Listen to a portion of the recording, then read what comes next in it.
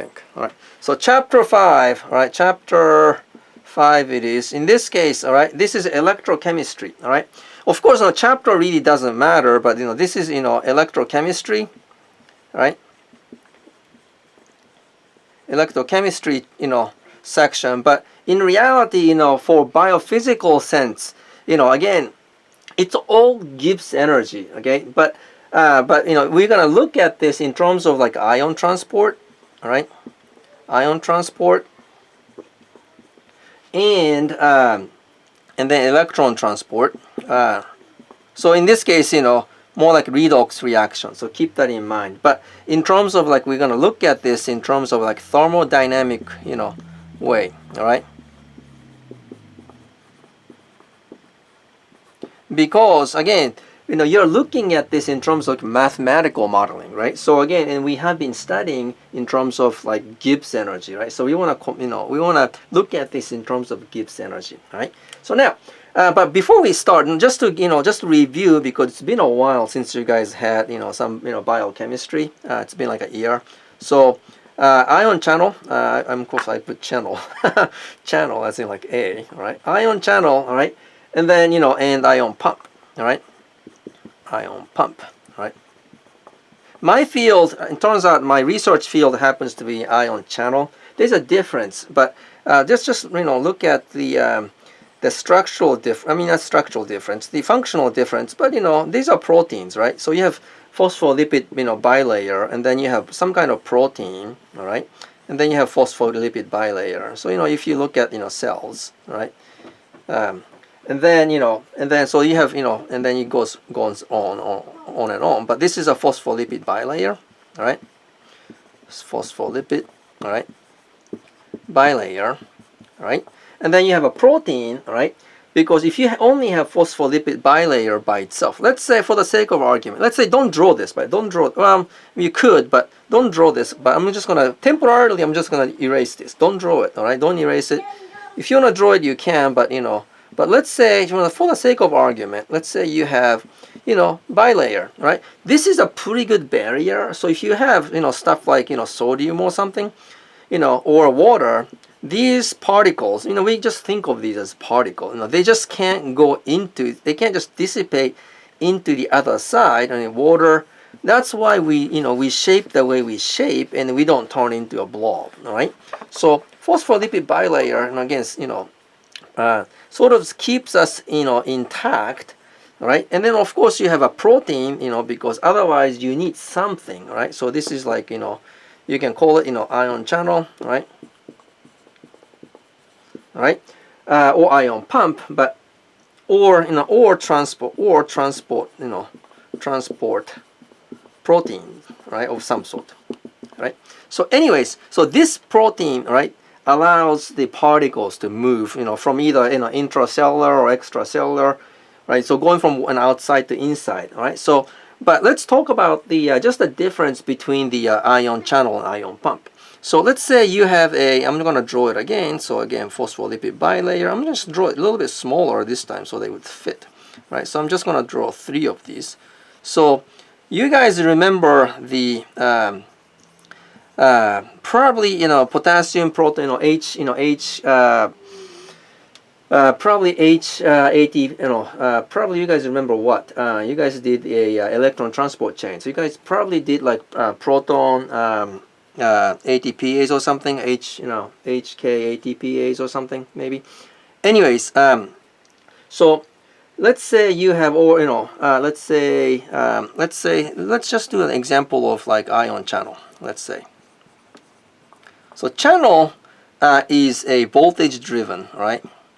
Voltage driven, right? Or voltage meaning, you can call that as, a potential difference, right? Or potential driven, all right?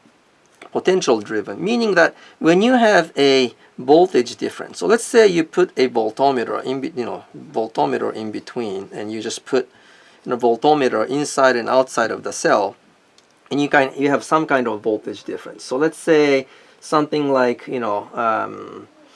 let's say potential difference, all right? So potential difference, all right?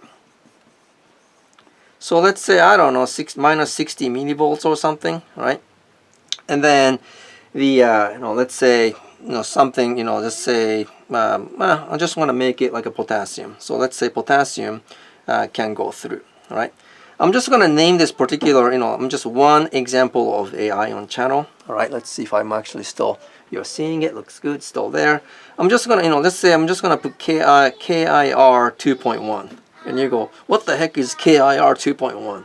I mean, the naming itself isn't that important, and you're not going to have to memorize, and you don't have to do anything for your life. But basically, there are certain nomenclature for, ion channel. This means it's a K channel. All right, K channel, this is an inward rectifier.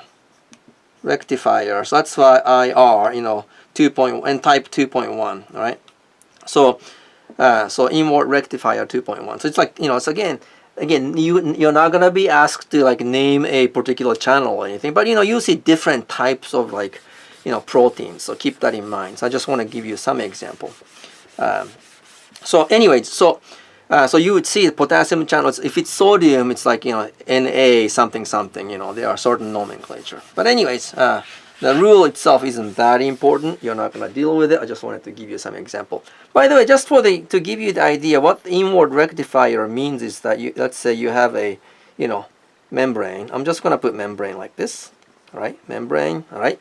And then inward rectifier is, so I'm just going to put KIR 2.1, all right? So potassium goes this way, all right? Potassium can go, potassium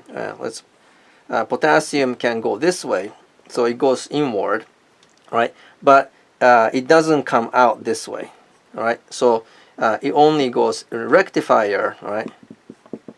It's a, electronics, word called, one way. The electron only flows in one way.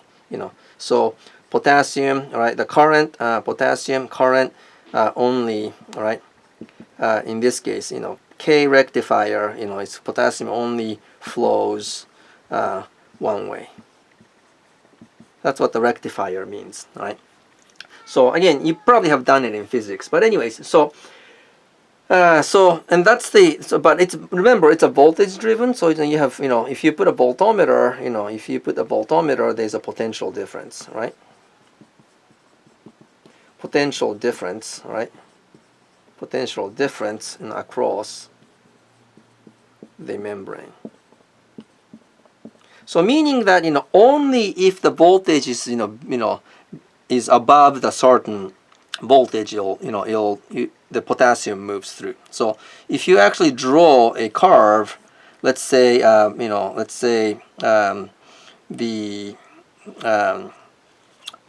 me think a little bit, voltage versus current.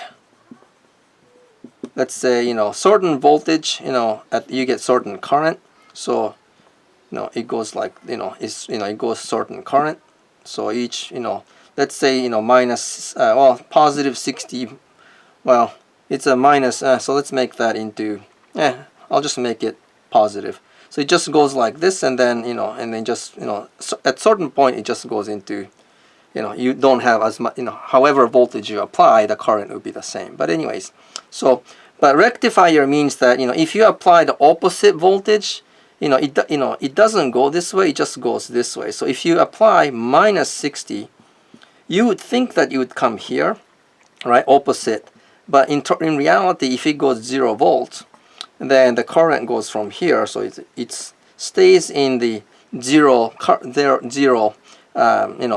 milliamp, all right, voltage is like a millivolt, right? It stays in 0, and then it starts going up. So keep that in mind. That's a rectifier. Anyways, it's not that important. Again, just to give you the background. So, and then that's the channel. Let's see. Pump. So ion pump. Ion pump, and you guys probably know this already. This is a ATP driven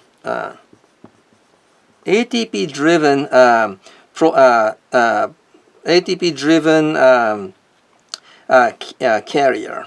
All right. So it can be ion carrier, can be proton carrier. The one you guys dealt with in biochem. I'm just gonna draw bilayer again. bilayer, just a pictorial, pictorial bilayer, and then you guys probably dealt with either physiology or biochem or cell bio. You guys probably dealt with sodium, potassium, ATPase or something, So basically, you have a let's say you have well, can this fit? Yeah. So you have let's say, I'll just use the underneath here. By the way, I like you to. I'm gonna draw it over here, but underneath here, all right, because I think running out of space.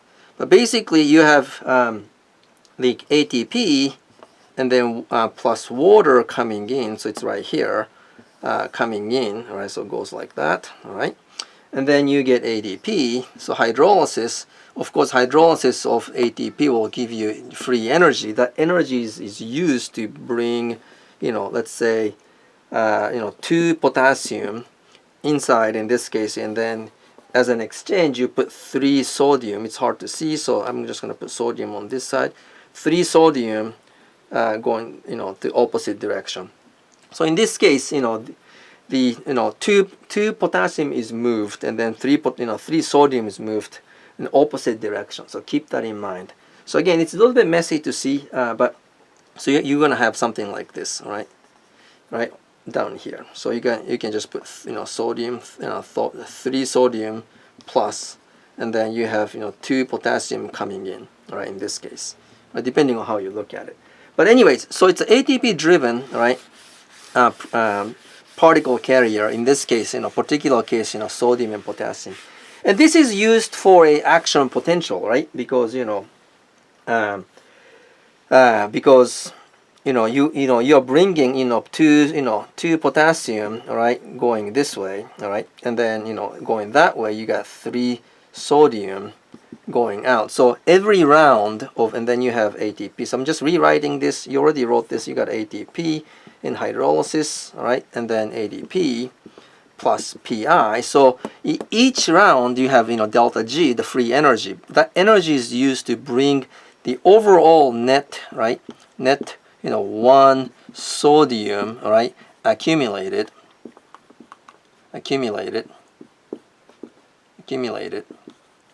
all right. So, and then you have, so you have basically, you're building chemical potential in this case outside of the membrane, all right. So keep that in mind. And then as the enough potential is again for axon potential, so you're starting to move the sodium. So you have sodium accumulation, right? Accumulation, and then at some point you have a sodium channel. You have sodium accumulation, and then this. So eventual, right?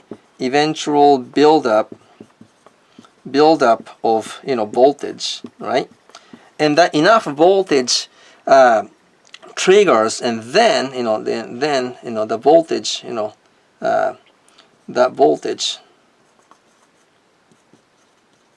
that voltage, the volt, right? Voltage, right? Triggers the ion channel. In this case, sodium channel, and then it goes back, and then that happens in a segment, and that's what the axon potential is. All right. So, anyways, so again, I can erase this because chances are you can probably review this on the video, anyways. All right. So, so now, again, so real question is, how, again, how do we, create, right? That's what I just said earlier. How do we create voltage, right, across membrane?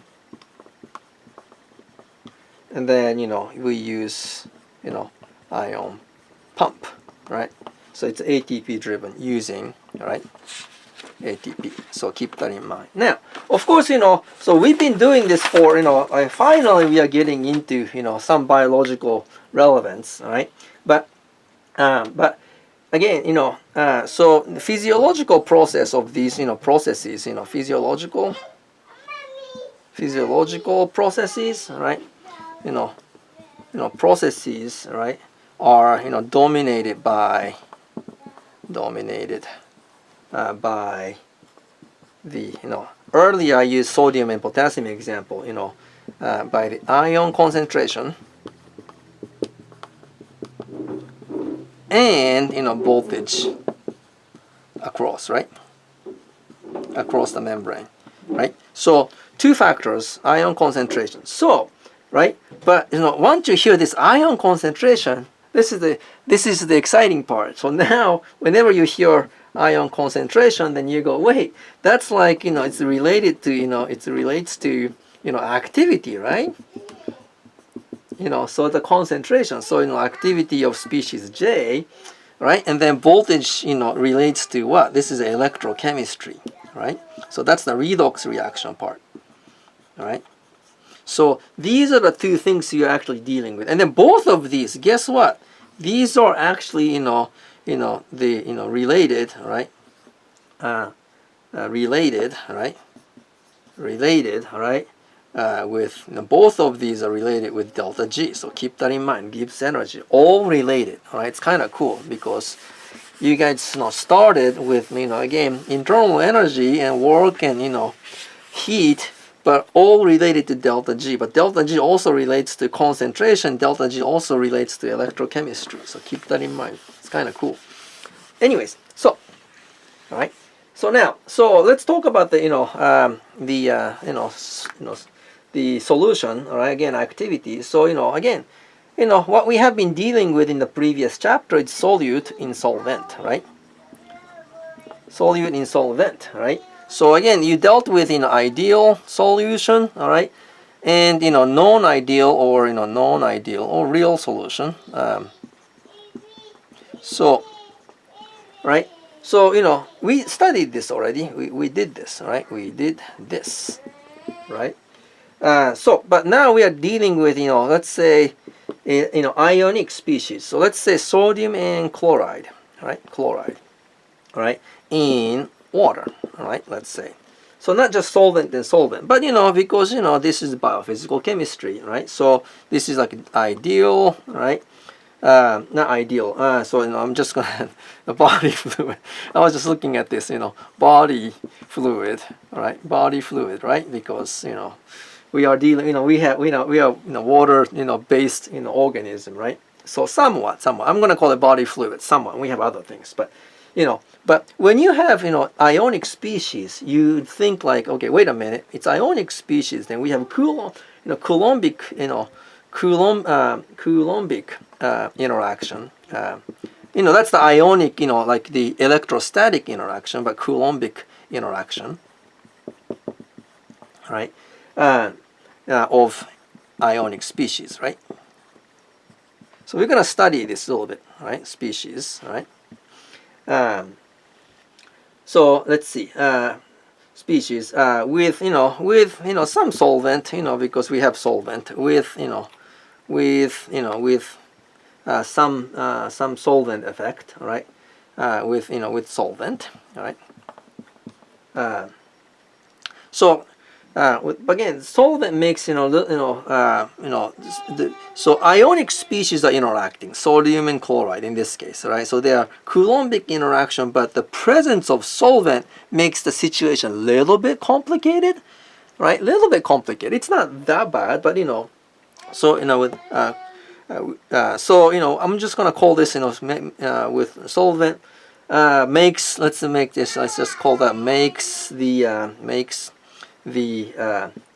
solution, all right? Solution to behave non-ideally, right? Because the interaction, because again water has provides partial positive and partial negative due to electronegativity, right? So the positive charge is sort of shielded by the presence of the partial negative surrounding. But don't write this, but let's say you have sodium, and if you have Coulombic reaction, just these two, right? Don't write this, right? But if you have water, let's say you have water, don't write this though, right? If you have water and you have partial negative, right? And if you have water molecules surrounding, right, partial negative, right, then these an ion hydrogen, ion and dipole interaction, right, makes the total charge to be, again, still have positive charge, but it's not the actual minus charge, because again it has the ionic sphere distance. We're going to talk a little bit about that later, but it's no longer just a positive charge and negative charge interacting, giving a certain distance. That's what you did in physics, but in reality, in solution, in this case with water, you have the sphere, the big charge of positive charge, but this plus charge itself is shielded by this negative charge in the middle. So keep that in mind. So again, it makes the solution a little bit more, behave a little bit more complicated. But again, so that's what the activity, we have. An activity was just a vapor pressure in the previous study. So activity of vapor, again, activity, in the past we did this as, activity is equal to, pressure, partial pressure or vapor pressure of the species J divided by the, standard pressure. This is just one bar, so that activity, bar and bar cancels out. So activity of species J is going to be unitless number, right? So anyways, so that's what we did in the previous chapter, but now we are dealing with a non-ideal solution. Activity is still an activity. How do we do it? So it's a concentration driven, but the concentration of the solution. So I'm going to put two terms here. One is gamma, all right, and then the other one is B, all right. B is the molality. So molality, this concentration, it's the kilogram of solute based. So again, mass of solvent based molality, and then standard molality, and then the gamma right here is called the activity coefficient. Activity coefficient, right? And then you have molality here. Molality, right? Again, this is, again, B, naught is like is the standard molality, molality, right? Which is basically it's 1 molal, right? So again, molality, it's molal, small m instead of capital M. But this, whatever the molality will get cancelled out with 1 molal, and then, at the end, this is unitless. Activity coefficient doesn't carry any unit, so at the end, activity doesn't carry any unit. By the way, your book actually says, book, just a small note, your book says activity of species J is equal to activity coefficient times B of J. It says, of B, it's the molality of the, it's a numerical, all right, numerical value of the, molality. So keep that in mind. So your book already cancels the with one molal anyways. So keep that in mind. So it may get a little bit confusing because your book says this, and then I'm explaining this, but this is the actual formal definition. So keep that in mind because you are always dividing with the standard molality. So keep that in mind. Anyways, so what does it mean? So again, activity is not vapor pressure because again, this is dilute concentration, right? And it's a non-standard or non-ideal solution. So again, vapor pressure may not be the same as the actual mole fraction. So in this case, you have to account for that with the activity coefficient to make the behavior more in line with the actual pressure. So keep that in mind. Anyways, that said,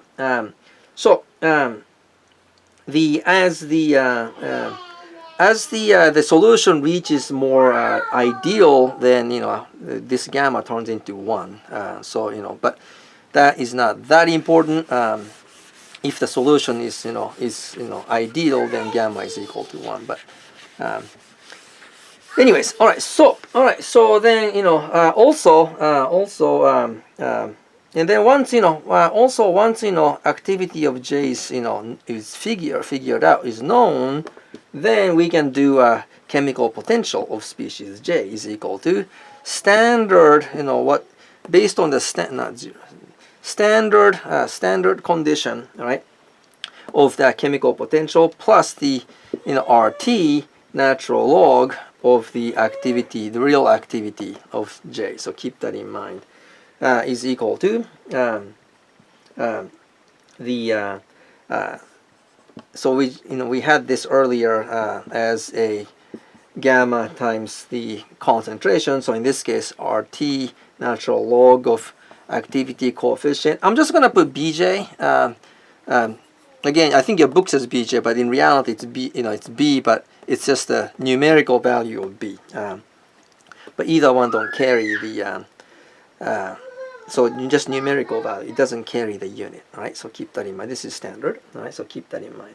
So again, so the real chemical potential comes from the standard condition when it's at 1 bar. Remember, this is the standard, chemical potential. So it's a chemical potential at 1 bar, right? But again, it's not 1 bar because again, condition is not 1 bar. So you have that, actual concentration, right? So keep that in mind. All right. By the way, speaking of which, that gamma itself is equal, gamma for, let's say, gamma for the ionic species, are based or is, all right, is based on the gamma positive species and gamma of negative species, all right. So we call this actually gamma plus minus. We call this the average, right? Average activity coefficient, right? So average activity coefficient. So we have to take we have to account for both positive and negative, right? So by the way, where activity, average activity coefficient is equal to, it's not just adding these two divided by 2, but because these are actually interacting, we are with the these are the ionic species. So it's the activity coefficient of plus and minus, and then square root of that. So keep that in mind, right? So anyways, all right. So let's take a break a little bit. I'm gonna erase the board. You guys can stretch a little bit. It's been about 30 minutes, so we're gonna take maybe a 2-3 minute stretch break. I'm gonna erase the board. All right. All right. All right. So going back earlier, we had activity coefficient. So you don't have to write this. You already had it. Two species is gonna have plus species, minus species, and half. Of course, in reality, you don't know this. We only thing we can do experimentally is we can only measure this value, right? So remember, because we can't just have positive species and measure it, and we cannot just have negative species. I mean, maybe a couple hundred years from now, maybe they might be different, but you can't just treat the ionic species. Well, technically speaking, you might be able to actually if you use some kind of like matrix isolation or something. But anyways, the point is that if you have all these, you have different ionic species in the solution, activity coefficient by itself on positive species and negative species, you can't really measure it. So we can only see the total effect. So, but know that when we use this value, it actually comes from individual value and then square root of that. So it's multiplied and square root. So keep that in mind. But anyways, but in general, right?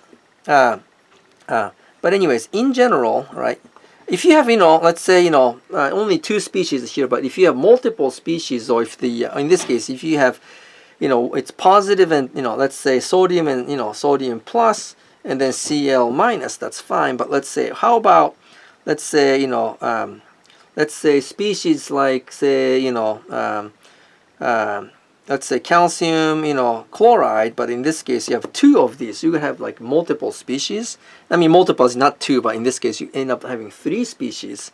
Something like, I'm just gonna put the general formula. So metal, P, and then the halide, like, or any minus charge Q, right? Such as something like this, right? For this kind of case, in general, the activity coefficient, the average activity coefficient is positive species, but because you end up having three things here, so you're gonna have p to the pth times activity coefficient of negative species to the qth, right? And then to the 1 over s root. So in this case, s is equal to p times q.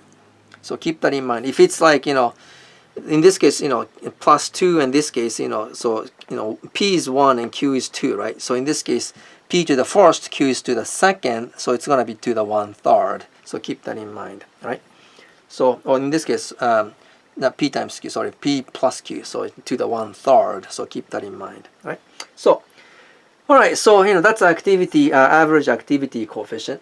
So anyways, so now again, it's interaction of these ionic species within the solvent is the theme. So let's actually talk about some again, theoretical model called Debye-Huckel theory, right? Debye-Huckel Huckle theory. Again, this is just a description of like the model, theoretical model of how species would interact with other species within the solvent environment. Again, so so let's say so let's just think about the simplest case scenario. You have a box, all right, and then you have a so you have a neutral, right, neutral solute, right? So neutral solute here, let's say, right? And then you have a solvent, so you have and then you have a solvent environment, solvent, all right, solvent environment,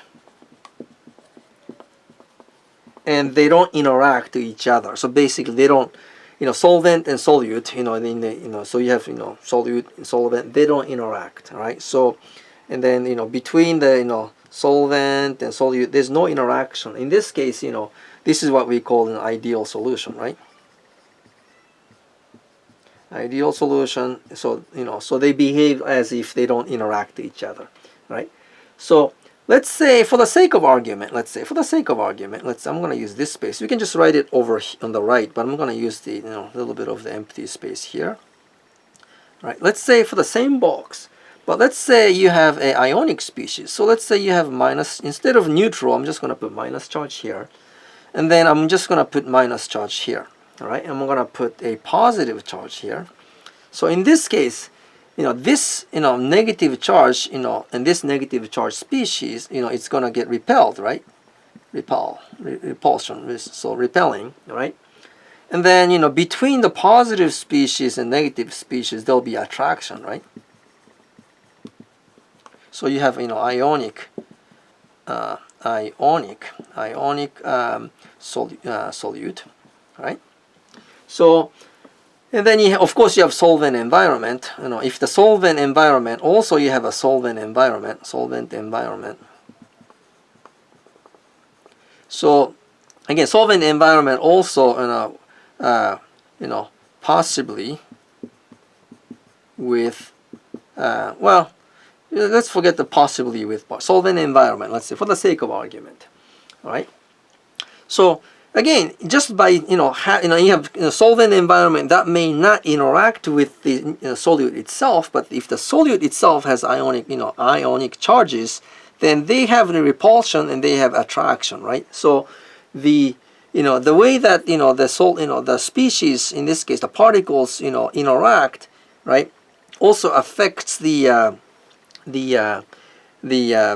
vapor pressure in this case, all right? So okay, that's fine, that's reasonable. How about let's say another case scenario. Let's say, so you have another box, right? And then in this case, even solvent, all right, interacts with these ionic species, a plus and minus and then minus. So let's say if you have solvent that interacts with ionic species, let's say like water, right?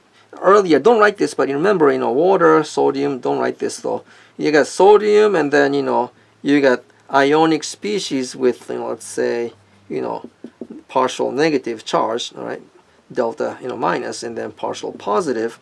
And this ionic interaction, all right, so in the water molecules start orienting the O side, right, oxygen side onto the sodium side, to the sodium, right. So that's going to start collecting around, and then you would develop, in this case, around the positive species, you would have, the solvent or interacting with the ionic species. I'm just going to call this like, so just put some solvent around these charged species, all right. So in this case, all right, each positive, all right, and negative, all right, species, all right, ions are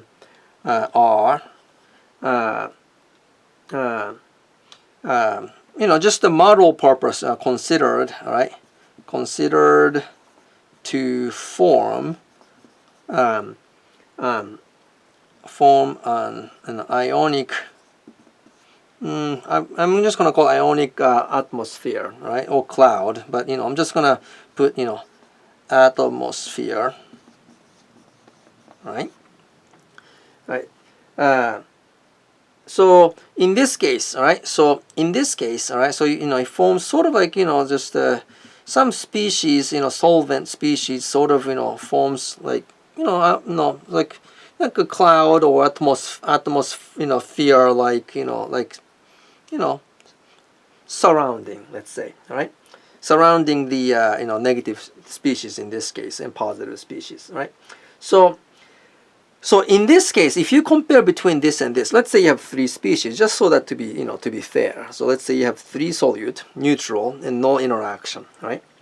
And then, so there's an energy difference between this and this, let's say. So there's an energy difference, all right? So there's an energy difference. If you calculate the free energy associated with this scenario, if you calculate the free energy associated with this scenario, all right, there's an energy difference, all right? Energy difference, right? And then so well, so what does it, why do we care, right? Why do we care? So let's say, watch for the theoretical model, right? Let's say for this case, technically speaking, you can just assign certain species with certain parameter. You can calculate energy. You can calculate a model, ionic strength or something. You can just calculate the free energy, right? If you take the energy difference, and then and a lot of assumption goes in, but turns out that there's a relationship. You can actually build a model, right? So I'm going to write it over. I'm going to erase this one over here because you probably don't need it, all right? But let's say so underneath here, all right? Underneath, oh sorry, you can't see that. Underneath this, all right? So right around here down, all right? Right around here down, all right? I'm gonna use the space right here, all right? But underneath this one, you can just write this way, all right? So you can consider the distribution, all right, of ionic, right? Ionic atmosphere. Well, there's no atmosphere. Or atmosphere, yeah, atmosphere. Atmosphere distribution of the ionic atmosphere can be determined. Again, I'm not telling you how to do that. Don't worry, there's a reason why I don't tell you that. So, right, so can be determined, all right, can be determined, all right, right, based on concentration,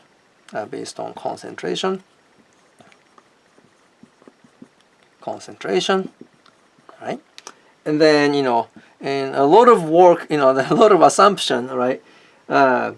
And then, but a lot of assumption goes in, but you can, based on this, you can actually calculate work associated, with this scenario. Can be, work can be determined. Work can be determined, right? associated, right? Associated with forming an ionic atmosphere, right? And then after that, once you will calculate work, you can calculate delta G can be calculated as a function of concentration, right? So again, I'm not actually telling you how to do that on purpose. Anyways, all right. But anyways, all right. But these are the then a lot of assumption goes in again.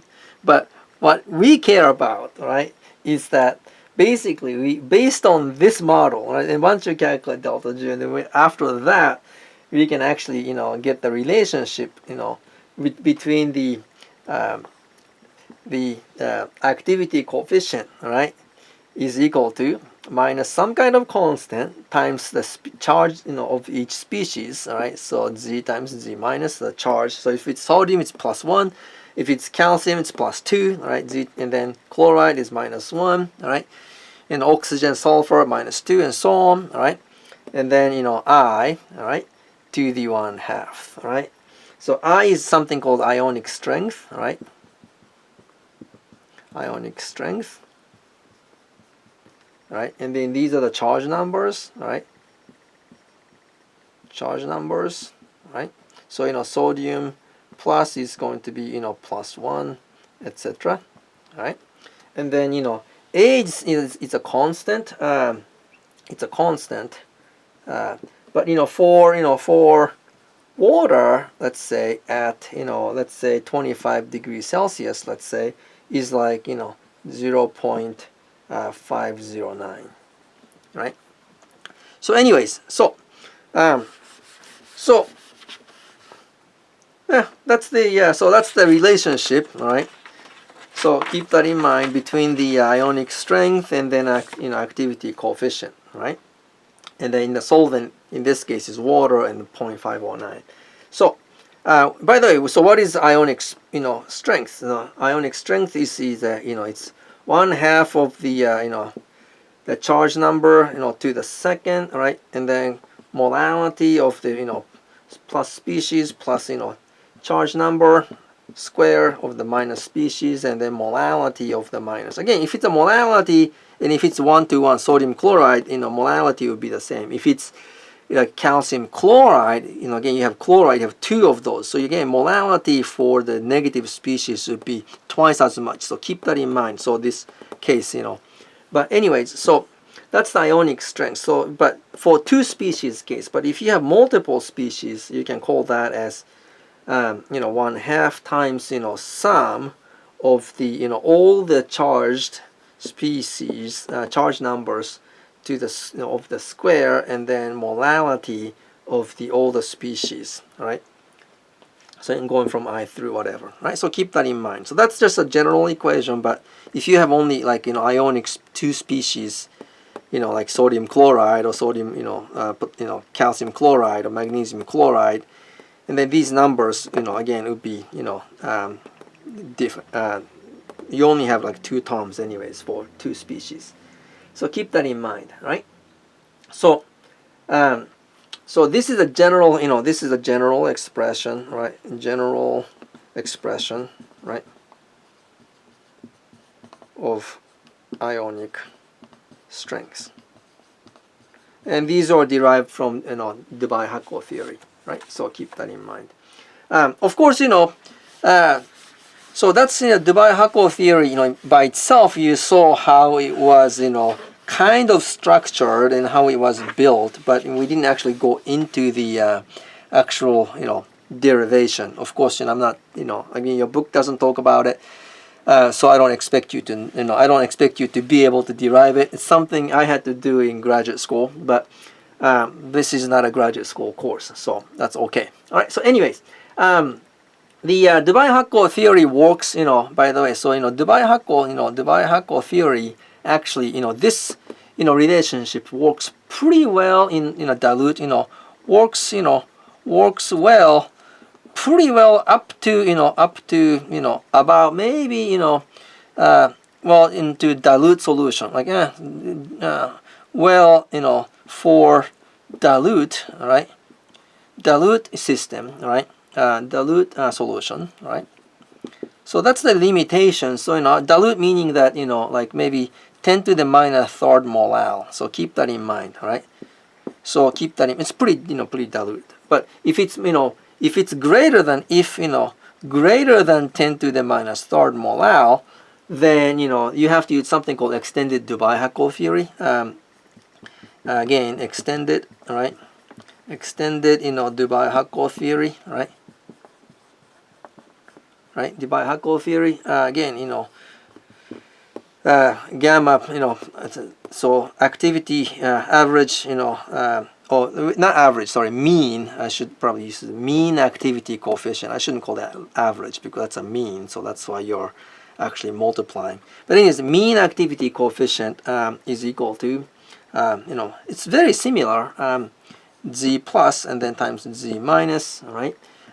Times this part itself is the same I to the 1/2, and then divided by the correction factor, so you have denominator in 1 plus some another constant. A is a constant, B is a constant, b and times I to the 1/2, and then plus, and then one more term here, plus ci, another constant. So here you have Ci here. B and C are empirically determined constants.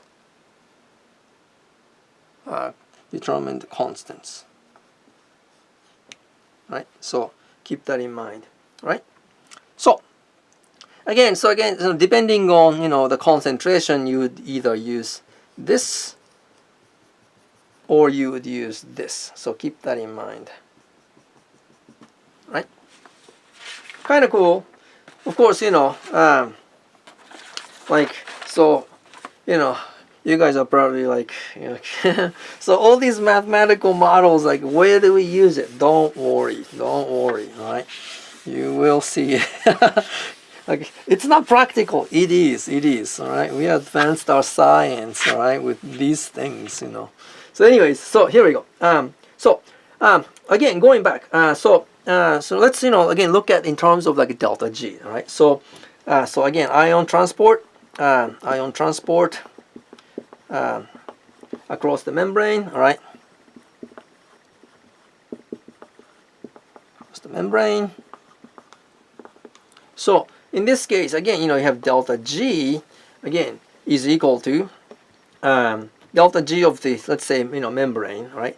It's gonna be G of the membrane at the inside, right? And then minus G of the membrane of outside, right? And that's the difference, right? The delta G of the membrane, right? If it's negative, it goes from inside to outside, right? But you can call that RT, natural log of activity of inside, right? Or you can call it in, sorry, make that in so that it's in, so that it would be clear. And then minus RT, natural log of activity of outside, and that's fine. So we can have RT combined, so we can call that RT, natural log of or you can do natural log of inside minus natural log of outside, and then activity and activity can be combined. RT, natural log of A inside over A of outside activity, right? So okay, so what does it mean? So here, delta G of the membrane, right? Right? Because you guys are wondering, so I mean, all this equation doesn't mean anything. Here is the cool part, super cool. So here, if, all right, concentration, I'll just call it activity, but inside, all right, is smaller than activity of outside. Guess what? All right, then guess what? If this is smaller than this, all right, then guess what? It's gonna denominator is gonna be large, right? So natural log of denominator being large, so it's a fraction, right? So guess what? That's gonna be delta G is going to be negative, right? Delta G is gonna be negative, right? Because this ratio, right, fraction, like 0 point something, right, is less than 1, so it's gonna be negative value, right? Natural log of the whatever the fraction, it's gonna be negative. So RT negative is gonna be negative, so it's gonna be delta G is gonna be negative, right? Right? That's cool, right? So in this case, right, with no voltage applied. So if you have membrane, again, this time you don't have to write it, but you have a membrane, all right? And then, let's say you have something, all right? Let's say, and then, you have membrane, and you don't even need this. If the concentration is high, right? If the concentration is high, so I'm just going to put outside here and outside inside. If this side is much smaller, right? If this side is much smaller, let's say there's nothing, let's say there's no membrane, membrane, and then concentration will just start flowing to this side, right? Because just how the delta G is going to work out, right? But if you have a membrane, that's going to be something preventing the concentration of this to migrate toward the lower concentration side, right? So keep that in mind. But let's say for the for no voltage. But anyway, so let's say you have delta G, all right? If with no voltage applied. So now let's say if so with voltage, right? Delta G of the membrane is basically this is the diffusion term. So keep that in mind. It's a concentration driven term, all right? Concentration driven term, all right? So RT and then natural log, and because it's an activity, I'm just gonna for our biological case, it's pretty much the concentration. So I'm just gonna have a concentration of in over concentration of out. All right. So instead of activity, I'll just call it concentration because they dilute. We don't live in this like 5 molar stuff in our body. We basically have like 10 to the minus something. Sorry, not equal. All right. So then, all right, that's the concentration term, all right, the diffusion term plus the voltage, all right. With voltage, we have whether it's positive or not. We have whether the transport or whether the the particle moving, or in this case delta G, is going to be driven by the voltage as well. So times Z charge times Faraday's constant times the if you have Faraday's constant, you have voltage. So this term right here, delta phi, all right, is it's a voltage, all right. So it's a potential difference. So again, phi is oftentimes used as a potential, so voltage, or you can call it potential difference, right? So so keep that in mind. And F is a Faraday's constant. Faraday's constant, right? And Z is the charge number, right? So charge number. So keep that in mind, right? Faraday's constant. By the way, you don't have to know what it is. Again, it'll be given to you, 96.485. But these values, constants, will be in kilocoulomb per mole. Again, the actual value per mole, actual value will be given to you, all right? If you're doing some kind of problem set or quiz or something. Anyways, all right. So kind of cool. Going back, I just erased it, but I had it. You don't have. You can just add it. RT natural log of activity of inside over activity of outside earlier plus, and I wrote it earlier. Remember this assumes an activity, the mean activity coefficient is equal to 1. Then if the activity coefficient is 1, then you can just consider this as a concentration. Otherwise, if it's not, otherwise you know, A in over A out. But again, you know, for dilute system, you know, gamma is, you know, considered 1 for, you know, dilute system. So keep that in mind. All right, so kind of cool. Then, so that's the, so you can just add that. All right, next. All right, so let's see. So let's build on, so here, let's build, all right, let's build, all right, let's build the, this, all right, up to active transport.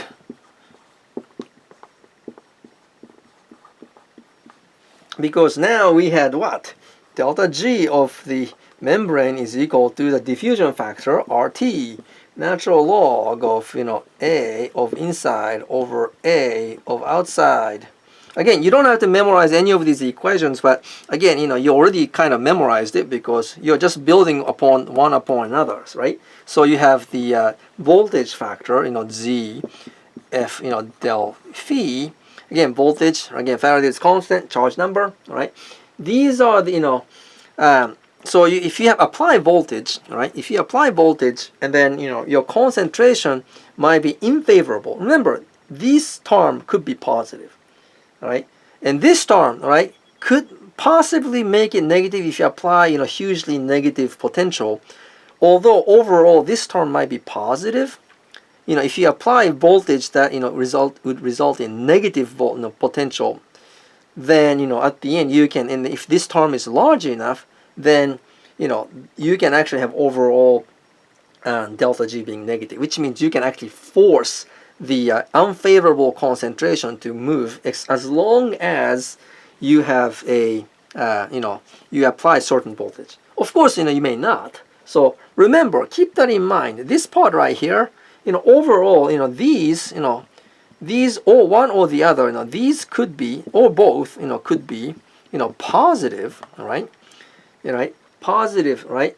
So basically means energetically, right, energetically, right, unfavorable, right, not favorable, right. So non-spontaneous, and you can call that, you know, non-spontaneous.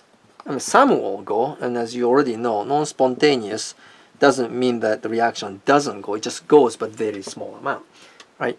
But active transport, right?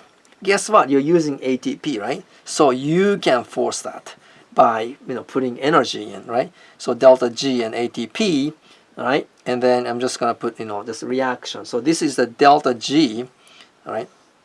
Delta G of the hydrolysis for, you know, hydrolysis of ATP. Right? It could be GTP, doesn't really matter. But anyways, the point is that, you know, the ATP hydrolysis typically, you know, you know, whatever the sugar, whatever the, you know, in this case ATP. I think it's like 8. Well, I just used the ATP example. It's like minus 31, right? I was gonna give you other values, but then I forget. So it's close to about 30 something. But anyways, ATP is 31.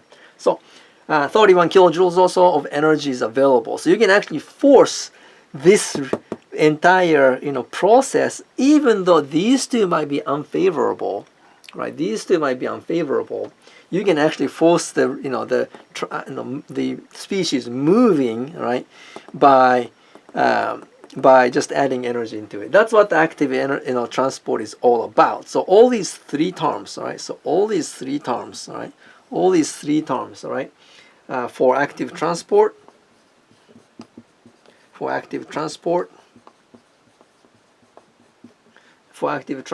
you know, three terms yield delta G of the membrane less than 0. So keep that in mind, right? Right? Kind of cool, I think. All right. So, all right, I think that's pretty good. All right, so far so good. Somewhat. All right, so let's stop for the time being. All right, I'm gonna erase the board. All right, and then I'm gonna stop the recording.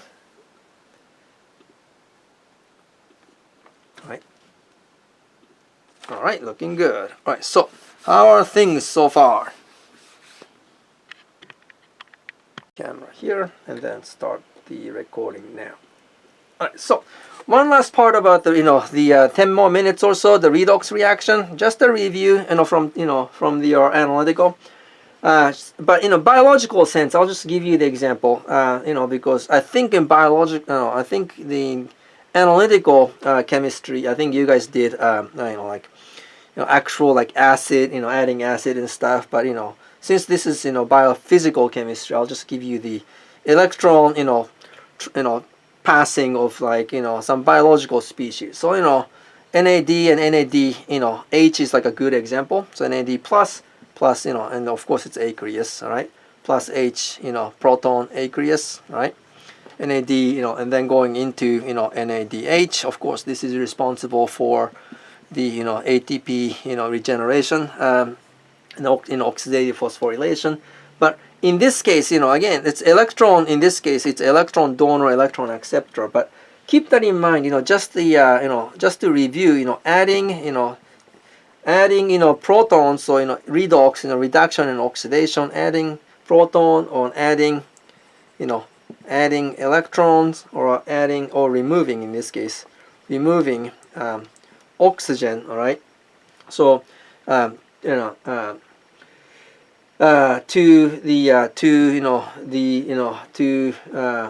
to a species, species, in this case, to a species, and to a species, is.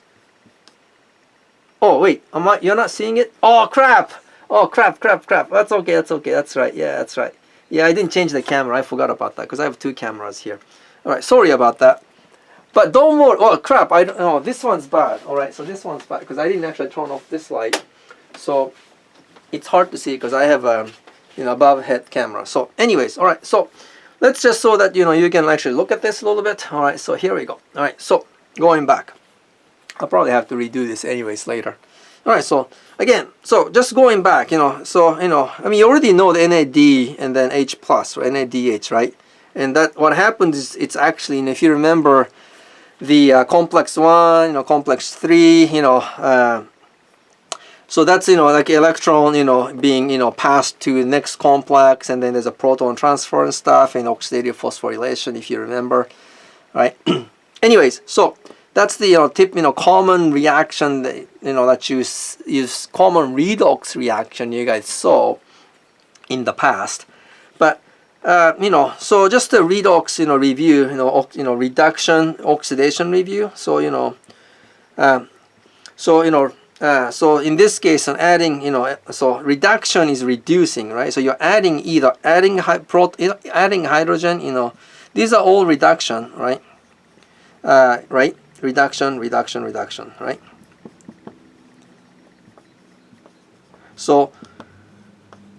So if you're adding hydrogen to a if you're donating hydrogen, not donating, sorry, if you're donating hydrogen, that's it's reducing. So anyways, so three possibilities. Of course, you guys might have remembered a different way, but this is how the how it works out. Let's see. Removing oxygen is. The way I remember, by the way, I mean, you guys probably remember this anyways. The way I remember is, just adding oxygen, adding, oxygen is the oxidation, right? That's how I remember. And once you remember this, and the rest is just removing, electron and removing proton is oxidation as well. And then the other way around is the reduction. That's how I remember it. But anyways, however you remember is fine. So, just so that you know. All right. So, anyways, so this is what we call half reaction. This is a half reaction. Half reaction is what we call. So of course, it happens. Half reaction in reduction and half reaction in oxidation, occurs as a pair. As a pair. So keep that in mind. So. So let's say if you have something like just use copper. So let's say you have that, and then so let's see, I can use a so copper, right? Copper going into, you know, copper 2 plus 2 electrons, right? So anyways, so so in this case, you know, you have and then you have 2 electrons, right, plus Na, you know, NAD plus, right, aqueous. By the way, these are all aqueous. This is solid, but aqueous, right, plus proton, aqueous going into NADH, aqueous, right? So in this case, if you add, you know, these two together, am I running out of space? I still have some space here, right? Again, there's a voltage associated with this, but you know, if you add these, they'll cancel out. So in this case, you have copper plus, you know, NAD plus aqueous plus proton will make a NADH plus the copper 2 plus overall reaction. But each one is a half reaction, so keep that in mind. All right, this is a net reaction. So it's just a review from, you know, your you know, redox chemistry from probably Chem 270, right? So, anyways, so so in let me think a little bit. So in this case, all right. So let's say you have a net reaction. So net reaction. But let's say if you are talking about the reaction quotient, and in this case, then you have, you know, the activity of, you know, NADH, all right, times, what else do we have? Activity of copper 2 plus, all right, and then over activity of NAD plus, right, plus times activity of H plus, and then we have activity of, you know, copper, but the activity of this case is a solid, so activity of the solid is equal to 1. So keep that in mind. Activity of copper in this case is equal to 1. So keep that in mind, right? So of course you can write the you know, reaction quotient for the for a half reaction as well. So each one also carries, all right? So in this case, the reaction quotient in this case is equal to, you know, activity of copper 2 plus divided by activity of copper, which is equal to 1 anyway. So in this case, it's just activity of copper 2 plus, right? And this one, you know, if you look at the activity in this case, you know, activity of Na, you know, activity of it's getting messy. Activity of, you know, NADH, right? Divided by activity of NAD plus times activity of H plus. So again, you can write reaction quotient because it's just a, you know, it's just a ratio of the species on half reaction as well. Electron doesn't really count, so keep that in mind. For dilute system, remember always, you know, remember activity is almost always about the same as the concentration for dilute system. So dilute system. So we'll probably end up using the concentration anyways because it's a biological system in the future. All right. All right. So that's it for, you know, I said 10 minutes. So I think that's a pretty good intro. All right. So I think after this we're gonna go into actual galvanic cell and then actual some electrochemistry. All right. So let me actually stop the recording now. Stop the recording and